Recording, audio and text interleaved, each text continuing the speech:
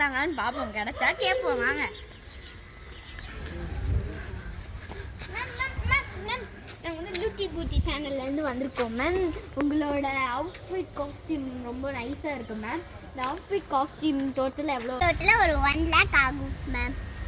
அடங்கப்பா, இது உலக நடிப்புடா சாமி. 1 lakh-ஆ? இத்து போன பனியனு பனியனும் இல்லை, இத்து போன பேண்டோட உங்க மூஞ்சி.